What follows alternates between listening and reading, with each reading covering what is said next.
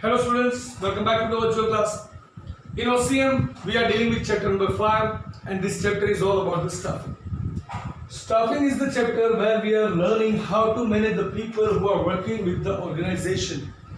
આપણી કંપનીમાં આપણા ઓર્ગેનાઇઝેશનમાં જેટલા લોકો કામ કરે છે એને કઈ રીતના મેનેજ કરવાના છે એ આપણે સ્ટાફિંગના ચેપ્ટરમાં સમજવાના છીએ. અત્યાર સુધી સ્ટાફિંગનો મિનિંગ શું છે કે એના કેરેક્ટરિસ્ટિક શું છે કે એના ઇમ્પોર્ટન્સ શું છે એ બધું આપણે જોઈ ગયા. આજના સેશનમાં આપણે સમજવાના છીએ કે સ્ટાફિંગ જે છે એ હ્યુમન રિસોર્સ મેનેજમેન્ટનો એક પાર્ટ છે, right? Staffing as a part of the human resource management. તો હ્યુમન રિસોર્સ મેનેજમેન્ટના પાર્ટ તરીકે સ્ટાફિંગને સમજવું છે તો પહેલા આપણે એ સમજવું પડશે what is human resource management. Human resource મેનેજમેન્ટનો મિનિંગ આપણે જાણીએ છીએ. હ્યુમન એટલે આપણે, રિસોર્સ અહીંયા તમે એક વસ્તુ ખાસ જોજો, employees are known as the resource of the business, right? Resource that means the initial thing which is required to run the business. એને આપણે રિસોર્સિસ કહીએ છીએ, નેચરલ રિસોર્સિસ, આર્ટિફિશિયલ રિસોર્સિસ. એવી જ રીતના હ્યુમન છે એ પણ એક બિઝનેસ માટે અસેટ છે.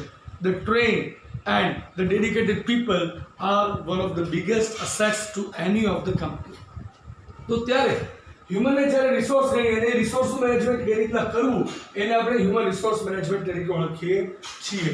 બેઝિકલી હ્યુમન રિસોર્સ મેનેજમેન્ટ છે that is the activity which is the part of the HRD.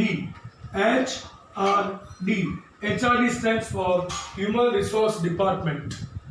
Human resource department દરેક કંપનીમાં જોવા મળે છે. એની અંદર હ્યુમન રિસોર્સનું મેનેજમેન્ટ કરવામાં આવે છે. સ્ટાફિંગ જે છે, બરાબર, it is the part of the human resource management only. Previously એટલે કે થોડા ડિકેડ્સથી પહેલાની જો વાત કરીએ તો staffing was the term which was used just to fill up the empty vacancies of the business.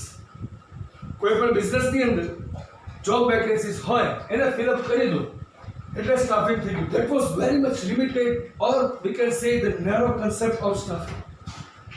But nowadays, as with the change of the organizations, as with the change of the business forms, the eyesight towards staffing has also changed by the business.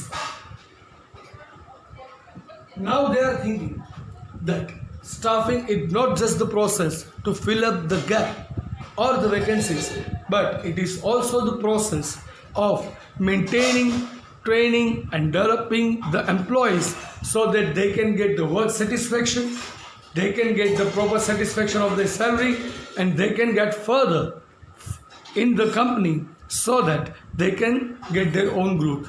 So that is the meaning of the staffing which is derived nowadays. So human resource management છે એ પણ એવું જ કરે છે, જ્યાં આપણે સ્ટાફિંગમાં પણ એ જ સમજી રહ્યા છીએ, બરાબર? તો ત્યાં હવે આપણે કહી શકીએ કે સ્ટાફિંગ જે છે હ્યુમન રિસોર્સ મેનેજમેન્ટનો પાર્ટ છે. તો અહીંયા આપણે એક વસ્તુ ખાસ જોવાની કે હ્યુમન રિસોર્સ મેનેજમેન્ટની જે પ્રોસેસ છે કઈ રીતના કામ કરે છે, હ્યુમન રિસોર્સ કઈ રીતના મેનેજ થાય છે. તો હ્યુમન રિસોર્સની જે પ્રોસેસ છે એને આપણે ટુ પાર્ટ્સમાં ડિવાઇડ કરી શકીએ છીએ guys, right? The first part is the concern with the man power planning and the second part is the concern with compensation and development of staff. બે પાર્ટમાં અહીં આપણે જોવાનું છે. પહેલા પાર્ટની અંદર આપણે જોવાના છીએ concern with the man power planning, એટલે કે આપણા બિઝનેસમાં કેટલું મેન પાવર છે અને એનું આપણે કઈ રીતના પ્લાનિંગ કરશું. તો પહેલો પાર્ટ તો આપણે એક જોવાના છીએ. તો એની અંદર ચાર અલગ અલગ ફંક્શન્સ યુઝ કરવામાં આવે છે. એના અંદર ચાર અલગ અલગ ફંક્શન્સ યુઝ કરવામાં આવે છે.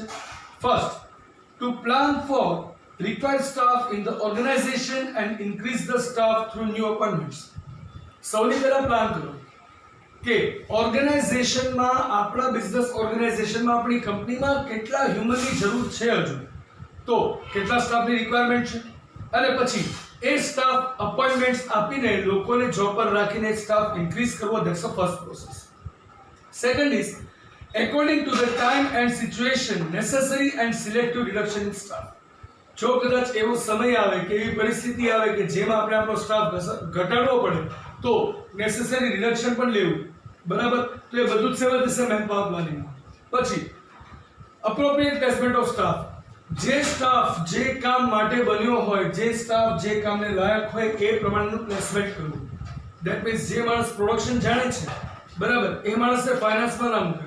જે માણસ ફાઇનાન્સ જાણે છે એને સેલ્સમાં ના મૂકે, અને સેલ્સ જે જાણે છે એને માર્કેટિંગમાં મૂકી શકો, પણ એને તમે પ્રોડક્શનમાં ના મૂકી શકો. એટલે કે સ્ટાફનું પ્લેસમેન્ટ પ્રોપરલી હોવું જોઈએ, એટલે કે appropriate placement of the staff. જે સ્ટાફ જે કામ કરી શકે એને એ કામ પ્રમાણે વર્ક આપવું. And the fourth is to keep the staff constantly active and enhance their knowledge. આપણો જે સ્ટાફ છે એ કન્ટિન્યુઅસ એક્ટિવ રહે અને એનું નોલેજ પણ ડેવલપ થાય, એનું પણ ધ્યાન રાખવું. So the first topic, the first part of the process was concerned with the manpower planning. એટલે કે તમારી પાસે જે મેનપાવર છે એનું પ્લાનિંગ કઈ રીતના કરશો. સૌથી પહેલા HRM જે છે એનું ધ્યાન રાખે છે કે નવા લોકોને એડ કરવાની જરૂર છે તો એડ કરો, ઘટાડવાની જરૂર છે ઘટાડો, બરાબર.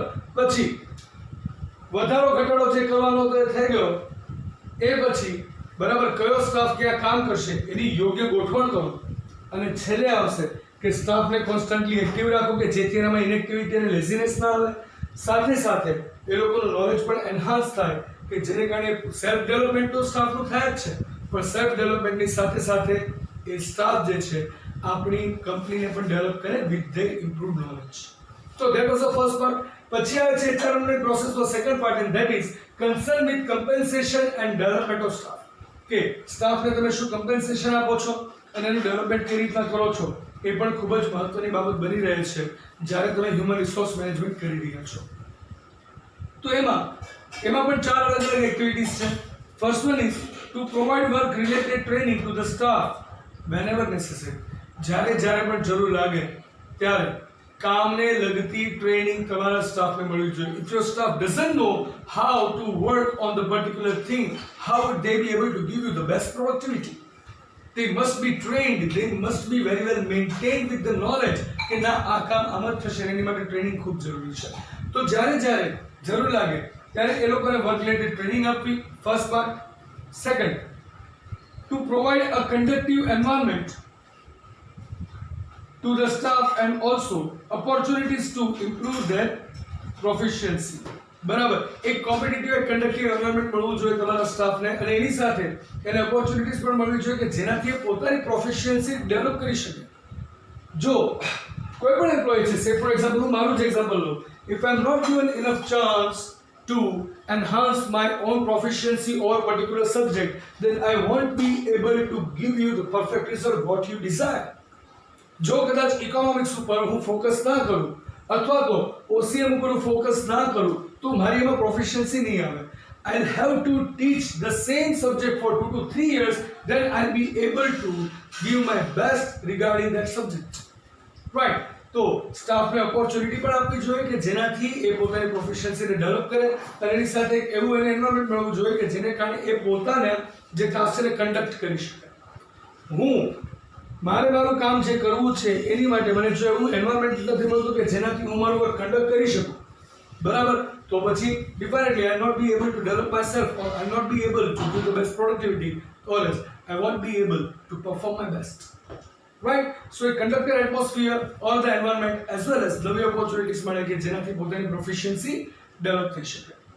Third, to give proper compensation and benefits to the staff. Staff ને properly compensation means the salary, જે વર્ક કરે છે એ વર્કનું વર્ક રિવોર્ડ પ્રોપર મળવું જોઈએ, એઝ વેલ એઝ એને જેટલા બેનિફિટ્સ જરૂરી છે મળશે. કરન્ટલી તમે જુઓ તો ઘણા બિઝનેસ છે જે પિકઅપ એન્ડ ડ્રોપ ફેસિલિટી આપે છે, મોબાઈલ ફેસિલિટી આપે છે, ઇન્ટરનેટ ફેસિલિટી, ક્વાર્ટર્સ આપે છે. Right? There are certain companies who have started to give the pension plans too. Right? Medicare આપે છે, house rent allowance આપે છે.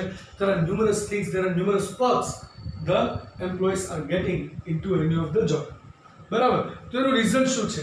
If they are being paid well, if they are being paid properly, બરાબર, એને જેટલા proper benefits જોઈએ એ મળે છે તો એ માણસને કામ કરવાનું મન વધારે થશે અને એ માણસ વધારે ડેડિકેટેડ થઈને કામ કરશે. શું કામ? Because he is being satisfied with his all monetary needs by the payment of your company.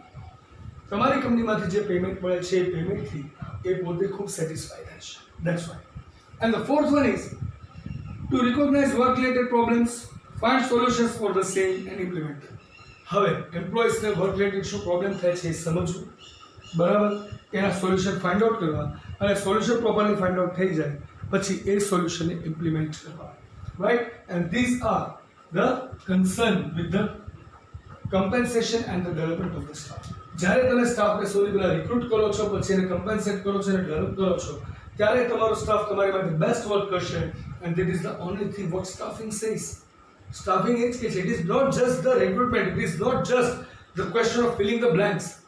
It is the question of filling the blanks with the proper people and to develop the remaining people of the business who are working at very much hard level to achieve the desired goal of your own decided by management.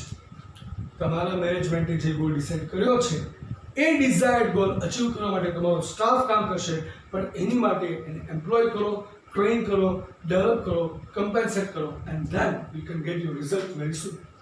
Right. So this is how we can say the staffing is the part of the human resource management. The staffing is the process which is being followed as per the procedure and process of the human resource management only. Then Chita, we are going to understand the process of the staffing separately from tomorrow's session. Right. So that was all for today's session. It was the topic I wanted to deliver. In tomorrow's session, we are going to start about the process of staffing. Till then, now I would have to ask for your leave. So see you in the next session. Till then, goodbye. Take care. Have a nice time. Stay home. Stay safe. Keep making notes.